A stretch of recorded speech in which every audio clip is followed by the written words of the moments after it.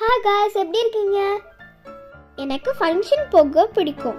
ஃபங்க்ஷனுக்கு ரெடியாக ரொம்ப பிடிக்கும். அப்படி நான் ரெடியாகி போன இடம் தான் என்னோட அத்தை மாமாவோட பேபி ஷவர் ஃபங்க்ஷன்.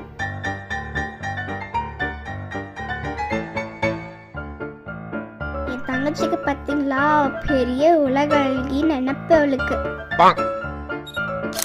ஃபங்க்ஷன்னாலே விருந்து தானேங்க. வளகாப்புல வெரைட்டி ரைஸ் கொடுத்தாங்க.